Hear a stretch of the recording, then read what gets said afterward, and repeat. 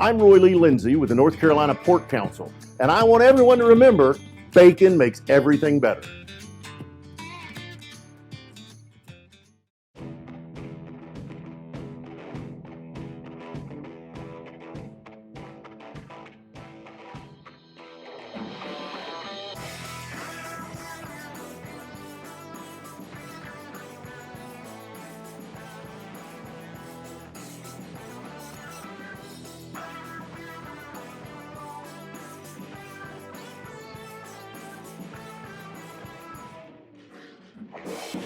Welcome back to the David Glenn Show. Our next guest has a fascinating resume and is joining us on this program for the first time. He worked 6 years in the NBA with the Boston Celtics under Brad Stevens, with whom he also coached at Butler. His son Braden is part of his current team at Notre Dame, but he also turned around the program in my original home state of Pennsylvania. He took the Penn State Nittany Lions to the NCAA tournament in his second year there, and he led them to their first NCAA tournament win since 2001. He is now starting his second year with the Fighting Irish. Micah Shrewsberry, welcome to the David Glenn Show. How are you? Yeah, thank you. Happy to be here. It's great to have you with us, Coach. I happen to be an Irish Catholic guy, and I'm very familiar growing up in Philadelphia with essentially the international brand that Notre Dame is. How did that factor into your decision to be intrigued by and ultimately accept the Notre Dame job? Yeah, that's a huge part. And, I grew up in Indiana also, so that helped. But knowing about Notre Dame and knowing about the stretch of this brand and where it reaches to, but the opportunity to do something with it as well is very intriguing. And then, you look back on the long history of Notre Dame basketball and the players that have come through there, now the great coaches that have been there. So I'm just, pinching myself that I get a chance to do it here now. I want to explore your childhood that you just mentioned there for a second. We in North Carolina, because of Duke and UNC and Dean Smith and Coach K, we brag about us as a basketball state. But Indiana is also a fairly legendary basketball state. This is kind of a corny philosophical question, but do you believe that being born and raised in Indianapolis, Indiana, contributed to somehow you falling in love with that great sport of basketball and obviously turning it into your lifetime? Oh, I think it had a huge part in it. Just from being a young kid and, having a ball, like putting my hands and playing in youth leagues really early. And, I've always been a huge college basketball fan. And I grew up in southern Indiana, close to the Kentucky border. And I was kind of right in the middle of that triangle of cheering for Indiana, cheering for Kentucky, or cheering for Louisville. And I didn't know much about professional sports. Those were like my professional teams. So watching those teams early in my childhood, they all won a championship and multiple championships growing up. So I've grown up around watching, loving college basketball and some great programs. And, it's probably inevitable being from Indiana that I was going to end up coaching. We've played a game here on the David Glenn Show at various times over the years called Classic Sports Movies, where we'll play audio from an actual movie. People call in, they identify what movie it's from, they win a prize, etc. Got to ask you, when do you remember watching Hoosiers? Was it automatically a thumbs up? Did you have any reservations through your basketball eyes about it? And would you recommend it to your own players today? Oh, absolutely, yeah. It was I watched that pretty early. But then growing up and, being in high school, being able to play at Hinkle Fieldhouse, in high school, and then being able to coach there. So being in that gym and then seeing Hoosiers and all of those things. So definite thumbs up. I think a lot of our players, especially the ones from Indiana, have seen it already. But I got a kid from the Ukraine. I'll see if I can get him to watch it. I don't know as much about Hanover College as I know about Notre Dame, but starting point guard multiple years, team captain. There seem to be a lot of former point guards who get into coaching for whatever year. I mean, they compare it to the quarterbacks in football, et cetera. Did you start thinking like a coach as a player, like maybe even before you realized you wanted to make coaching your profession? Yeah, I think so. And part of it was the coaches that I had played for, and then my high school coach, he played at Army and played for Bob Knight there. So like he had some of that background in what he was doing. I had a great coach at Hanover College and a lot of teammates that were getting into coaching as well. So a lot of my former teammates are Division III or high school head coaches right now. I think it was just kind of in our blood, but I knew I wanted to coach. I knew that's what I wanted to do. So pretty early. I am a better person and a more effective business owner for having known and learned from Emily Parks over many years now. Emily's company, Organize for Success, helps multi-passionate business owners and executives bring harmony to all the layers of their lives, from work to side projects, from friends and family to hobbies, community, and beyond. With Emily's help, you too can make every minute matter. She helps you determine what earns your time and how to efficiently accomplish what matters. One of the many things I love about Emily is that she does not impose her will on her clients. She listens to them. That way she can better help them cultivate the lives they want to live. You can set up a complimentary call with Emily today by visiting organizeforsuccess.com. That's organize, F-O-R, success.com. Michael Berard, Managing Director Investments with the Founders Group at Stifel, works with a select group of high net worth individuals and institutions to develop and implement investment plans tailored to their specific objectives and risk tolerances. If you are interested in highly personalized, well-researched guidance and outstanding personal service, you can contact Michael at 984-364-2002. That's 984-364-2002. Stifel Nicholas and Company Incorporated, member SIPC and NYSE.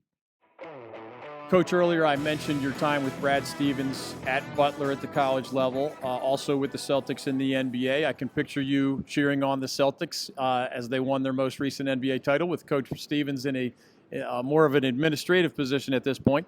But given your time with a fairly well-recognized and celebrated basketball mind, what were your most important takeaways with your time with him?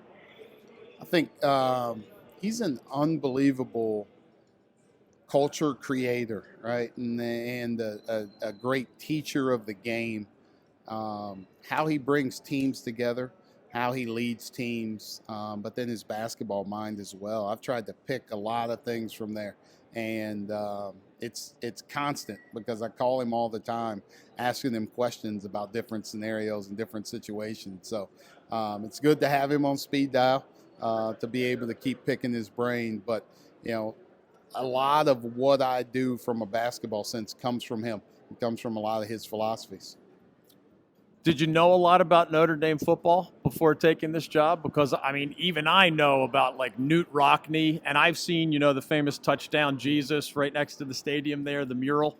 Or have you had any time to kind of brush up on your Notre Dame football history? Because that's a big part of the brand, too. Yeah, it sure is. I actually I grew up a huge Notre Dame football fan. Okay. So watching on NBC every Saturday was a huge part of what I would do as a child. So, no, I'm a huge fan. I love every Saturday home game. I love the road games, like every part of it. So that was a huge selling point for me was, I get to have tickets to the Notre Dame game every weekend. As a youth soccer coach, in my case, I've coached my own children. And I've also, even at the youth level, heard from parents who didn't think I played their child, enough minutes or whatever. That even happens at like 8 and 10 and 15 years old. You truly, at this very high level, have Braden, who was not only a player for you last year, but, 10 points per game and almost 30 minutes a game. That's a dude now, even as a freshman. What happens if Molly says, your coach's wife, what if Molly says Braden should play more? What happens? Yeah, there's probably been that argument a lot at our dinner table. Mom usually wins on all arguments, but I tell her all basketball decisions belong to me. Good answer. What advice would you have in other, high-profile spotlight positions? I mean, it's your son. Like, there's a lot of love there. Maybe you're even harder on him than the other guys. I don't know how it works, but what advice do you give, having stood in those shoes, to anyone who might encounter something similar? Yeah, I think the first is like, I have a responsibility to Notre Dame, right? Yep. That's my first responsibility. And, he happens to be a good player for us, so that helps, right? But, if you get put in uncomfortable positions, like, you always got to do what's best for your program. And that's all I'm thinking about with him. Like, I do coach him a little bit harder, but that's probably maybe he didn't take the trash out or something, and I'm still mad about that. But I think all the way he works and his relationship with his teammates, I think all those things help with his relationship in the locker room, our relationship on the court, and they know that there's no favoritism being played there. It just worked out that your first visit on the David Glenn Show is here in Charlotte, North Carolina, and it just so happens that one of your freshmen on this year's team, Sir Muhammad, is from Myers Park High School right here. I imagine this plays into the international brand that we were talking about earlier. A lot of schools will have a regional recruiting footprint. I actually don't even know. Whereas I imagine a whole bunch of Irish Catholics fill your football and basketball arenas on game days. Do those elements matter in the recruiting trail? And are there pockets of people, or pockets of the country rather, that the Notre Dame name may even be stronger than in other places? Yeah, I think our name and our brand is everywhere, and that helps us, obviously get in the doors. People know what it is. Yes. People know what this logo means, and then we just have to find good basketball players at the same time and guys that fit. And obviously, Charlotte's a great city, but North Carolina's a great basketball state. And Sir playing at Myers Park, which a state champion down here in North Carolina, a great basketball program with great coaches.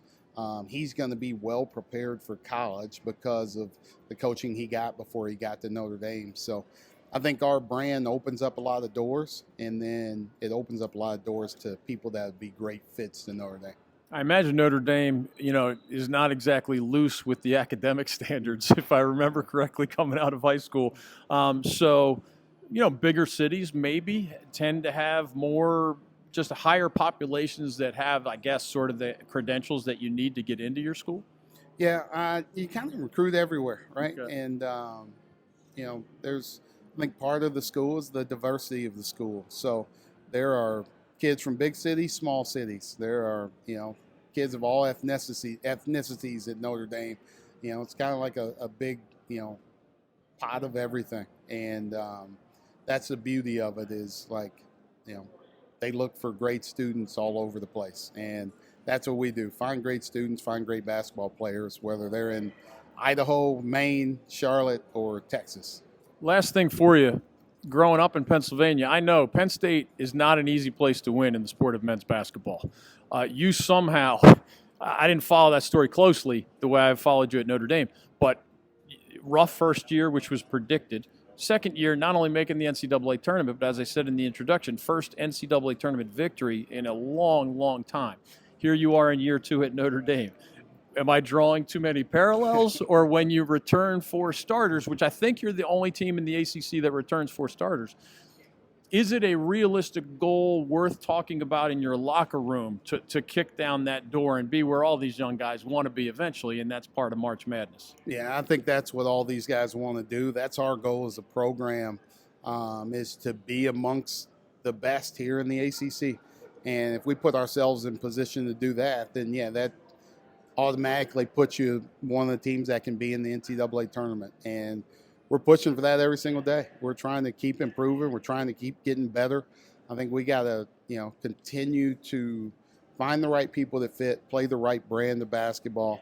Little things that we got to clean up to keep getting better, but keep taking steps in this league so we can be one of those teams that's getting their name called.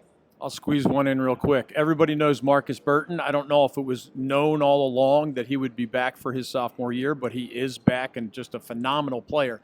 Has anyone today attempted to pronounce the full name of your transfer, the really big guy? Has Yeah. anybody attempted it? You know what? We had nobody's done it today, but I had one of our freshmen try and spell it the other day. Oh, no. I think it's 17 letters, so Could you it's do a it? sports market dream. You can pronounce I it can probably. start. Yeah, Konstantinovsky is how you Okay. pronounce the last name, and if you start spelling it, it kind of spells pretty similar. All right. His name is Micah Shrewsberry. Coach, thank you very much for this visit on the David Glenn Show. I love this league. I'm glad you're a part of it, and I wish you well in year 2 as an Irish Catholic guy. Appreciate it. Thanks for having me. It's great to have you, and it's great to have all of you. Thanks for being with us today on the North Carolina Sports Network.